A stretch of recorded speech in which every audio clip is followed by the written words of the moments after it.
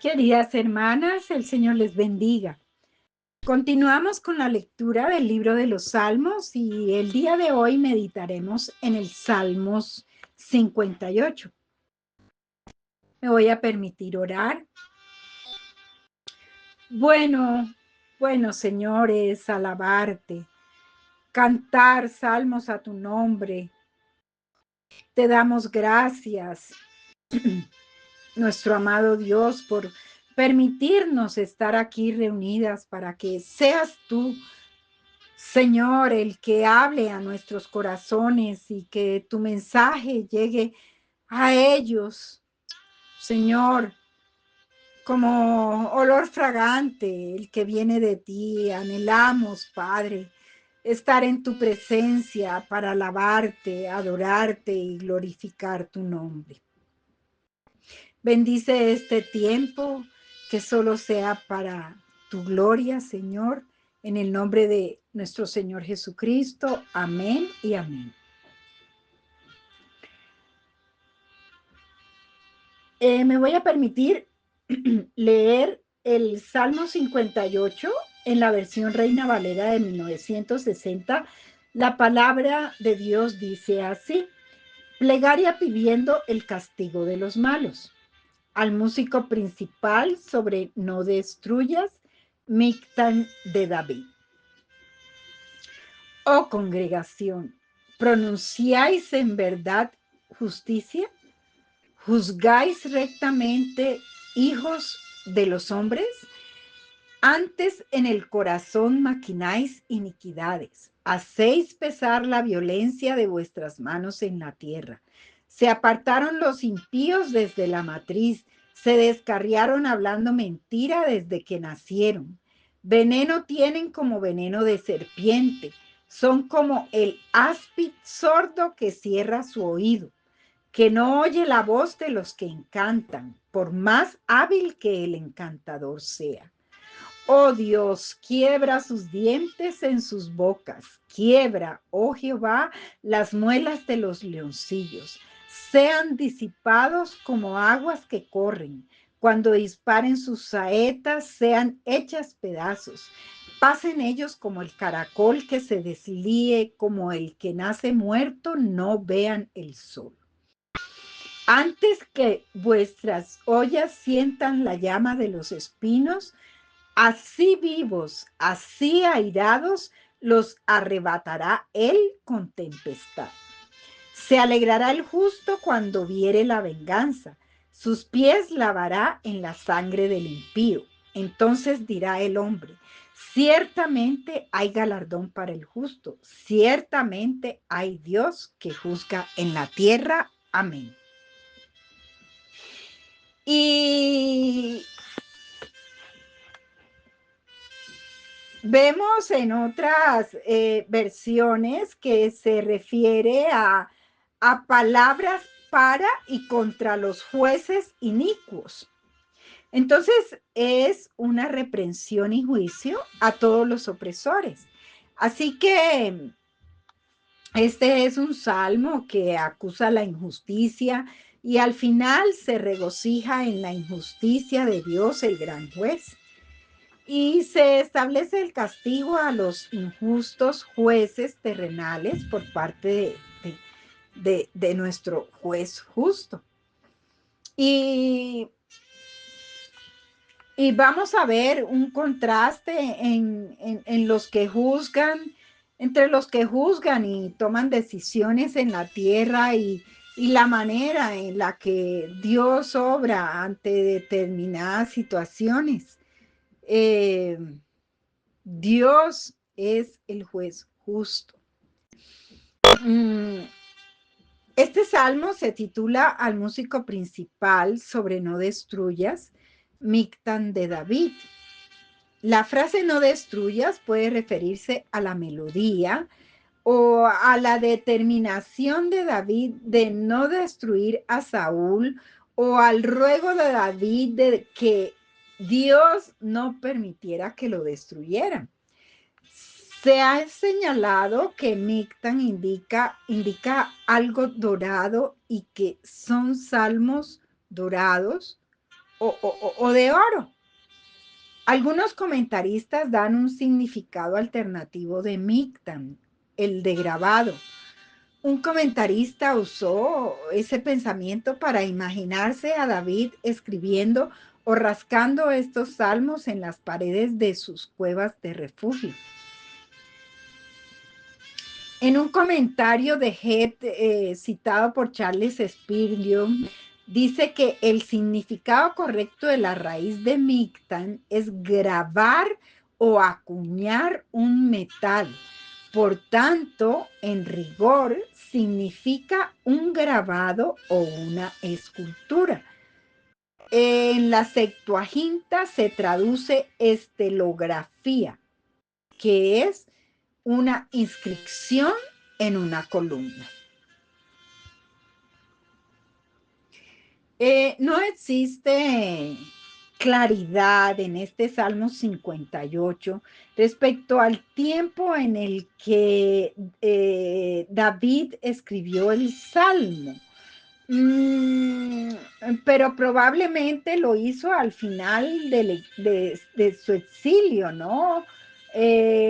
O muy temprano en su reinado en Hebrón y puede haber se pensado que también está relacionado en cuanto al desastre que había heredado de su suegro.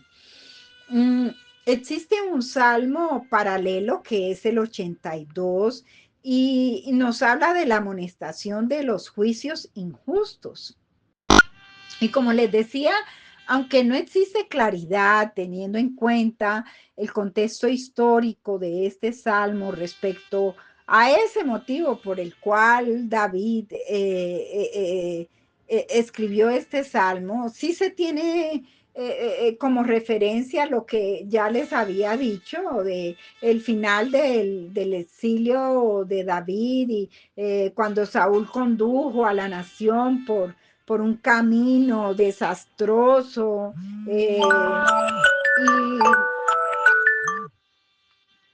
y fue algo muy eh, em, una época muy difícil, un reinado con mucha dificultad en cuanto a la política y a la espiritualidad del mismo rey Saúl al desobedecer la ley de Dios y oponerse al rey ungido, a David, ¿no? Entonces Saúl estaba rodeado por un grupo de aduladores compuestos por los que pertenecían a su ejército, los comandantes, los capitanes, los soldados, que eran los que alimentaban el ego de Saúl, ¿no? Y atendían esos caprichos del rey Saúl sin sentido. Esto lo podemos ver en Primera de Samuel, capítulo 22, del versículo 6 en adelante. Y el rey Saúl colocaba en lugares de autoridad a personas que usaban sus oficios para beneficio personal y no para el bien de la nación. Querían obtener todo lo que pudieran antes de que el reino se derrumbara. Con lo que ellos no contaban es que Dios en su infinita sabiduría, soberanía, a través del profeta Samuel, había determinado que el rey David sería el que gobernaría el pueblo de Israel después de Saúl. El mismo David había sido tratado ilegalmente y es probable que muchos de sus hombres perdieran todo lo que tenían porque siguieron a David. Primera de Samuel capítulo 22 en los versículos 1 y 2 la palabra de Dios dice: yéndose luego David de allí, huyó a la cueva de Adulán, y cuando sus hermanos y toda la casa de su padre lo supieron, vinieron allí a él y se juntaron con él todos los afligidos y todo el que estaba endeudado y todos los que se hallaban en amargura de espíritu, y fue hecho jefe de ellos y tuvo consigo como 400 hombres. Habiendo dado esta pequeña introducción, vamos a adentrarnos en lo que nos dice la palabra de Dios a partir del versículo 1 en el Salmo 58. Oh congregación, ¿pronunciáis en verdad justicia? ¿Juzgáis rectamente, hijos de los hombres? Aquí David se dirigió a los líderes sin ley y les preguntó si sus palabras eran justas, sus decisiones legales, sus sentencias eran las correctas y sus silencios honestos. Y la respuesta es definitivamente no, pero sabemos que Dios va a venir a pedir cuentas algún día a los jueces que están en eminencia, que tienen autoridad para, para determinar si fueron justos o si fueron injustos y ver la manera en que dieron dictamen a muchos casos, ¿no? Y de alguna manera, pues esto nos involucra nos involucra a todos nosotros también, porque nos exhorta respecto a la manera en que nosotras debemos pensar si realmente somos personas justas en la toma de decisiones, por ejemplo, en nuestro diario vivir. Bueno, así que no me quiero en este momento, o no quiero en este momento desviarme de el sentido, en el sentido de buscar el autor del Salmo, porque aparentemente es Dios, ¿no? Y solo él lo sabe, ¿no? Es Dios quien está hablando aquí y está usando la pluma de David. El versículo 2 nos dice: antes en el corazón maquináis iniquidades, hacéis pesar la violencia de vuestras manos en la tierra. 3, se apartaron los impíos desde la matriz, se descarriaron hablando mentira desde que nacieron. Aquí David habla respecto al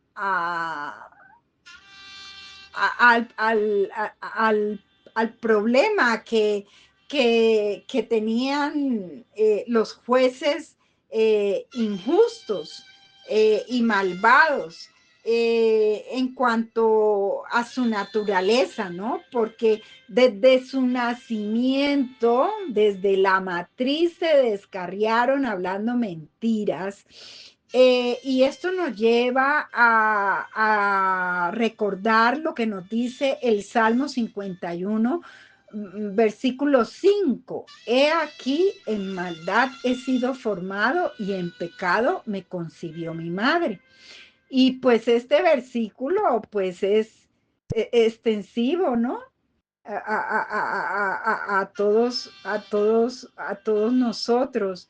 El versículo 4 dice: veneno tienen como veneno de serpiente, son como el áspid sordo que cierra su oído. El salmista describe a los injustos como serpientes venenosas que están llenos de maldad y de engaño.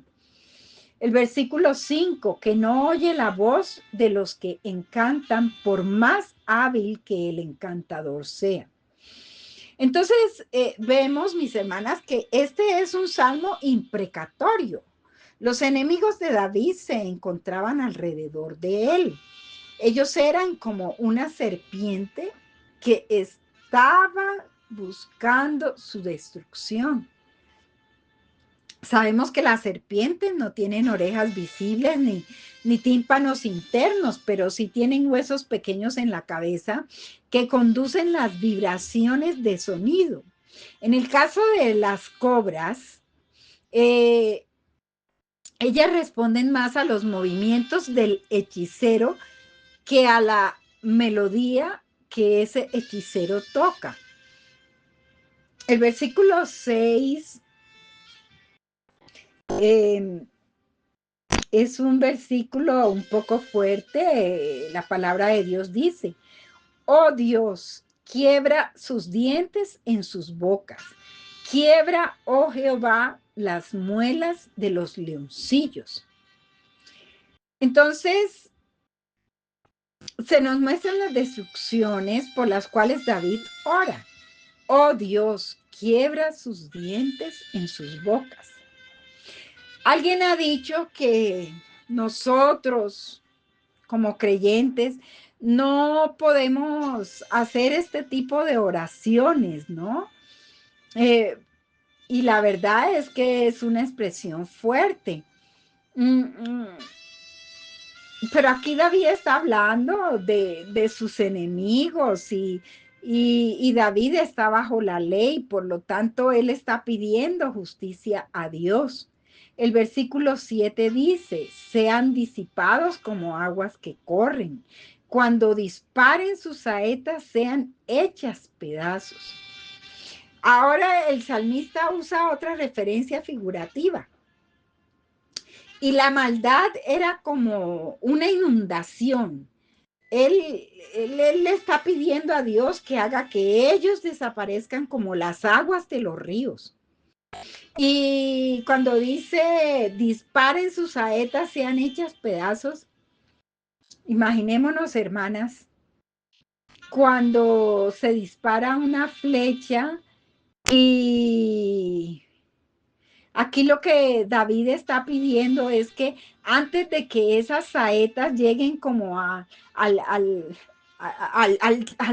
tiro, al tiro al blanco de la persona hacia la cual se dirige esa saeta, esa flecha sea despedazada, se vuelva nada, ¿verdad?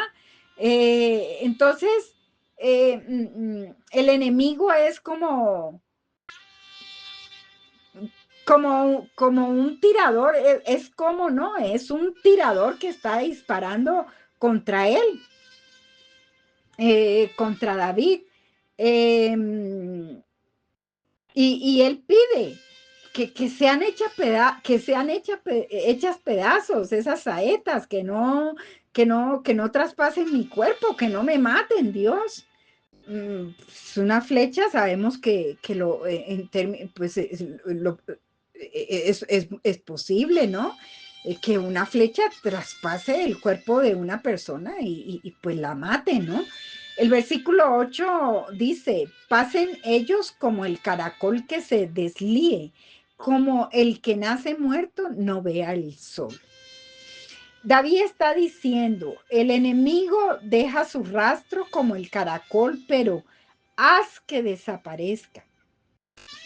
Es decir, que no llegue a complacerse en lo que planean en sus mentes malvadas, que no se cumplan sus deseos de hacer el mal, diríamos, de no salirse con las suyas, ¿no? De que Dios no permitiera eso. Versículos 9 y 10: antes que vuestras ollas sientan la llama de los espinos, así vivos, así airados, los arrebatará él con tempestad. Se alegrará el justo cuando viere la venganza, sus pies lavará en la sangre del impío. Aquí el salmista confiaba en que Dios haría justicia y castigaría al malvado por sus malas acciones llenas de injusticia. Si nosotros pedimos a Dios que haga justicia por cualquier situación, debemos ser testimonio de ello. Y a eso iba cuando les decía que no me iba a centrar en ese momento, pero pues aquí sí lo quiero hacer de pronto de una manera un poquito más amplia, ¿no? Entonces les decía que cuando nosotros pedimos a Dios que haga justicia por nosotros ante cualquier situación, nosotras debemos ser testimonio de que nosotros somos personas justas, ¿no? Si clamamos a nuestro Señor por justicia, pues debemos acercarnos en total reverencia y devoción a nuestro Señor, porque Él es el único que pesa nuestros corazones y Él es el que único que sabe cómo hemos actuado, el único que sabe cómo nos hemos conducido, de qué manera hemos obrado. Él es el que conoce las intenciones de nuestros corazones. Y aquí nos podríamos extender antes de llegar al versículo final, que es el número 11, hablando respecto a todo lo que en salmos anteriores hemos repetido en varias ocasiones respecto a que nuestro corazón es engañoso. ¿Quién lo conocerá? Jehová, él es el único que lo conoce, ¿no? Em, y bueno, y también viene a mi mente el asunto que no es un tema desconocido para ninguno de nosotros. Cuando clamamos a Dios por justicia a causa de los malos manejos de los gobernantes en cada uno de nuestros países y que hemos y estamos clamando al Señor para que sea Él el que quita y el que pone reyes, que cambie esos corazones endurecidos y piense en el pueblo que es objeto de tanta persecución. Cuando digo yo que piense en el pueblo, pues naturalmente que Dios es Dios, Dios sabe cómo hacerlo todo y Dios piensa en nosotros y Dios piensa en su pueblo. Eh, pero nosotros, Dios sabe, Él conoce y ve que cuando estamos siendo objeto de tanta persecución y de tanta maldad y nos hemos visto afectados por tanta dificultad de inseguridad en las calles, de los precios de la canasta familiar, en nuestro diario vivir, que sea su voluntad sustituir a estos gobernantes actuales por varones justos, temerosos de él. El versículo 11 dice, entonces dirá el hombre, ciertamente hay galardón para el justo, ciertamente hay Dios que juzga en la tierra. Y esta es nuestra esperanza. Es nuestra esperanza, hermanos. Esto nos conduce a pensar en el juicio final, cuando, cuando veremos cara a cara a nuestro Señor y que cuando Él regrese por su iglesia sin mancha y sin arruga, cuando nosotros seremos sometidos a la justicia de Dios, eh, y para él tomar decisiones y bueno, y como se los decía, Dios sabe cómo hacer todo, Dios sabe, no estamos hablando de cualquier persona, estamos hablando de Dios, nuestro creador, nuestro Señor, el dueño del universo. Que tenga misericordia de nosotras y y que de alguna manera nosotras nos estemos ejercitando en la piedad para